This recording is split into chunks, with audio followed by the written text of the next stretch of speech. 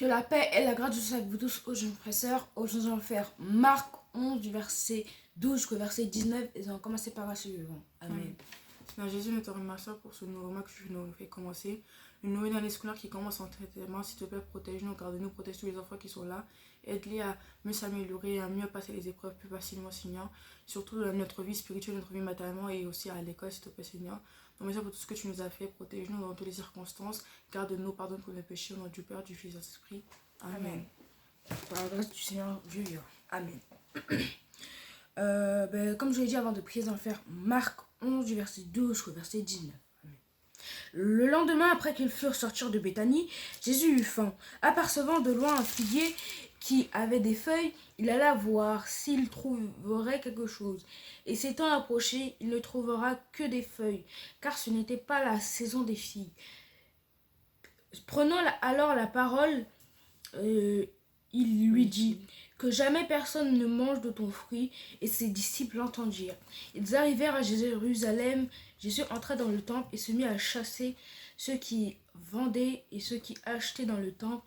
Il renversa les tables dans le temple dans des changeurs et les sièges des vendeurs de pigeons, et ne laissait personne transporter aucun objet à travers le temple. Il enseignait et disait: n'est-il pas écrit, ma maison sera appelée une maison de prière pour toutes les nations? Mais vous en avez fait une caverne de voleurs. Les principaux sacrificateurs et les scribes, ayant entendu, cherchèrent les moyens de le faire périr, car ils le craignaient parce que toute la foule était frappée de sa doctrine. Quand le soir fut venu, Jésus sortit de la ville. Amen. Par grâce de Le lendemain, après qu'ils furent sortis de Béthanie, Jésus eut faim, apercevant de loin un figuier qui avait des feuilles. Il alla voir s'il trouvait quelque chose. Il s'étant approché, il trouva que des feuilles, car ce n'était pas la saison des figues.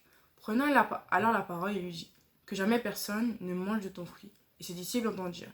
Ils arrivèrent à Jérusalem, et Jésus entra dans le temple et se mit à chasser ceux qui vendaient et ceux qui achetaient dans le temple. Il renversa les tables de charge des changeurs et les sièges des vendeurs de pigeons. Il ne laissait personne transporter aucun objet à travers le temple, et il enseigna en disant: n'est-il pas écrit, ma maison sera appelée une maison de prière pour toutes les nations? Mais vous en avez fait une caverne de voleurs. Les principaux sacrificateurs et les scribes, l'ayant entendu, cherchaient les moyens de le faire périr, car ils ne craignaient parce que toute la foule était frappée de sa doctrine. Quand le soir fut venu, Jésus sortit de la ville. Amen. Par grâce du vivant.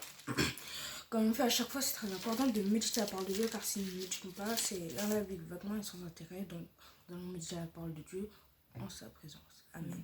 Le lendemain, après qu'ils furent sortis de Béthanie, Jésus eut faim. Après que Jésus est sorti de Béthanie, Jésus a eu faim, du coup, voilà. Après de longs chemins et tout. Apercevant de loin un figuier qui avait des feuilles, il allait voir s'il trouvait quelque chose, et s'en était approché, il ne trouva que des feuilles, car ce n'était pas la saison des figues. Du coup, Jésus, comme il avait faim après de longs chemins, il est parti voir, il a vu une figuier, et du coup, il a vu pour voir s'il y avait des fruits dedans et tout. Mais malheureusement, il n'y en avait pas de fruits parce que quand c'est pas la saison, il n'y a pas des trucs. Prenant alors la parole, il lui dit que jamais personne ne mange ton fruit. Et ses disciples l'entendirent.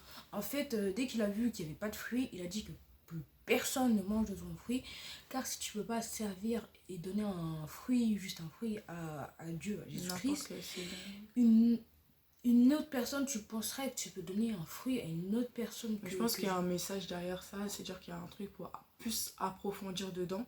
Parce que quand ils disent un figuier, je pense qu'ils parlent de quelque chose d'autre. Parce que, en fait, quand c'est pas le moment, je pense qu'il y a, tu peux pas faire un truc. Parce que des fois, nous, en tant que chrétiens, en tant qu'humains, on se dit que oui, j'ai envie d'avoir ça à tel moment, j'ai envie d'avoir ça à tel moment. Alors que pour Dieu, son plan, c'est que c'est pas le moment pour avoir ça, ni pour avoir autre. C'est-à-dire que chaque chose a son temps. C'est-à-dire que la figuier, comme c'est pas sa saison, il peut pas donner de fruits. Voilà, et quand c'est sa saison, c'est là qu'il donne des fruits en abondance. C'est-à-dire qu'il faut attendre, il faut avoir dans sa saison. Parce que si pendant une saison que vous devez donner un truc, vous n'êtes pas vraiment prêt ou vous voulez que ce soit un temps autre, il faut que soit préparé, en mode, faut qu'on soit préparé à tout temps pour servir Dieu et aider les gens ou aider nous-mêmes. Être patient et être prêt tout le temps. Voilà, c'est ça qu'on doit retenir. Prenant alors la parole, il lui dit Ils arrivèrent à Jérusalem et Jésus entra dans le temple. Il se mit à chasser ceux qui vendaient et achetaient dans le temple.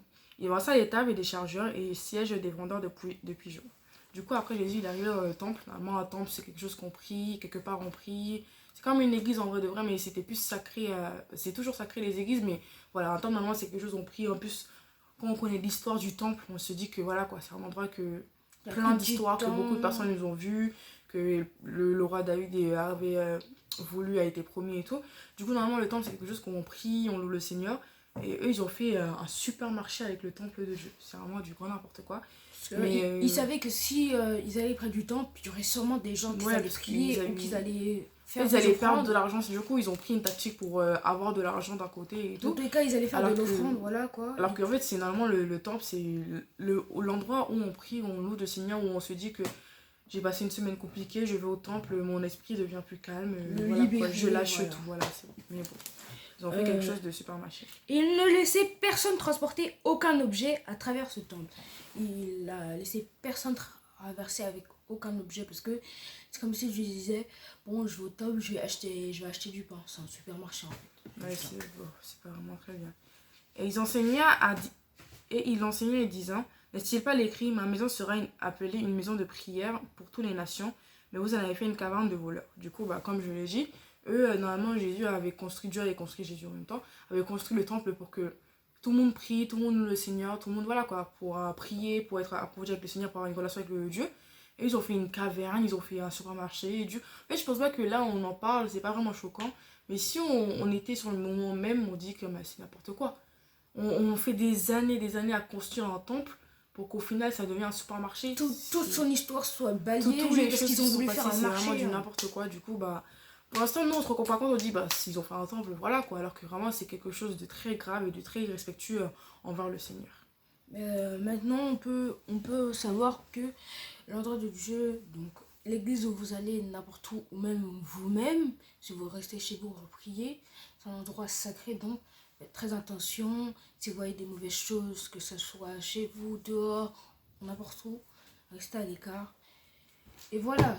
Garder la foi et tout, et une relation avec Dieu le plus important. Les principaux sacrificateurs et les scribes, l'ayant entendu, cherchèrent les moyens de le faire périr, car ils le craignaient, parce que toute la foule était frappée de sa doctrine. Les sacrificateurs et les scribes, comme d'habitude, essayaient de le faire périr, parce que tout le monde était frappé par sa doctrine. Mais ils ne pouvaient pas. Une personne. La jalousie. Voilà, mais Jésus, qui est Dieu qui est venu sur terre en tant que personne, pour nous donner la doctrine, pour nous donner la vérité, et on veut le chasser parce que ça nuit à leur réputation. C'est quoi ça? Ils veulent le chasser pour une réputation.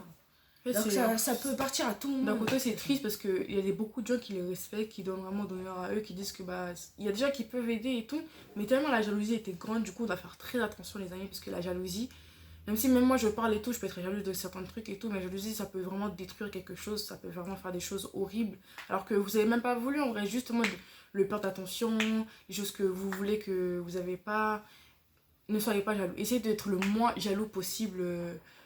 Voilà. C'est un moins jaloux. Voilà. Quand le soir fut venu, Jésus sortit de la ville. Du coup, le soir il était venu, du coup, il n'y avait plus les trucs. Jésus il est sorti de la ville pour partir dans un autre revue pour avoir une autre aventure. Ouais. Mais donnez-vous des questions pour la fin? Non, je pense pas. Juste nous remercions le Seigneur pour ce qu'il a fait, qu'on avait vu dans la parole que Jésus, malgré tout, a toujours été là, bien, a fait des bonnes choses, mais aux yeux des autres personnes qui sont mauvaises. Du coup, même si à vos yeux vous dites que vous avez fait une action et devant les gens et c'est mauvais alors qu'en réalité c'est une bonne chose, ne vous inquiétez pas. Dieu seul sait, connaît votre cœur, connaît vos intentions, sait que pourquoi, comment vous avez fait ça et vous pardonne de vos péchés. Juste ne pas faire des péchés régulièrement. C'est-à-dire que si vous faites des péchés sans consentement, c'est normal, mais juste dire ce que vous dites, vous êtes sur le point de voir si vous allez faire un péché, vous dites que c'est pas grave, Jésus va vous pardonner. Faut pas faire ça, il faut juste se souvenir que Dieu était là pour nous, que nous on doit être. Pas comme Dieu parce que c'est un peu impossible, mais juste de ressembler le plus possible à Dieu, de dire que quand les gens nous voient, ils disent que cette personne, normalement, tu sens qu'il y a la présence de Dieu en elle. Essayez de faire. De refléter la présence de Dieu en elle. Je pense que c'est aussi, essayez de faire des choses de votre cœur. Parce que Dieu doit venir dans notre cœur. Et qu'on doit lui ouvrir aussi les portes de notre cœur. Voilà, donc, donnez-vous à Dieu, parlez-le, priez. Donc, soyez une personne en Dieu et à l'aise avec Dieu comme tu viens de le dire. Amen. Donc on va prier pour la fin. J'espère que cette vidéo vous aura plu. N'hésitez pas à commenter sur cette question. Abonnez-vous, likez, c'est pour nous soutenir. Et partagez en masse, c'est ce qu'on demande le plus, c'est pour que la parole de Dieu se répande. Amen. Seigneur Jésus, comme nous venons de verser ta parole, nous te remercions. Et même de toute jalousie qui peut nous affecter dans notre vie ou dans notre vie professionnelle, spirituelle, sentimentale, tout ce qui est en rapport avec la jalousie. Protège-nous de tout ce qui se passe, s'il te plaît, Seigneur. Garde-nous pour tous les trucs, s'il te plaît. La rentrée arrive, comme je l'avais dit, Seigneur. Protège-nous, fais que tout se passe bien et tout le monde ait une bonne présence, ne soit pas vraiment triste, qu'il n'y a pas de harcèlement ni de rabaissement, Seigneur. Fais que tout le monde se passe bien, tout le monde se sent bien en elle-même. Au nom du Père, du Fils et de l'Esprit. Amen. Amen. Que la paix et la grâce de Dieu soient avec vous. Au Amen. revoir. Au revoir.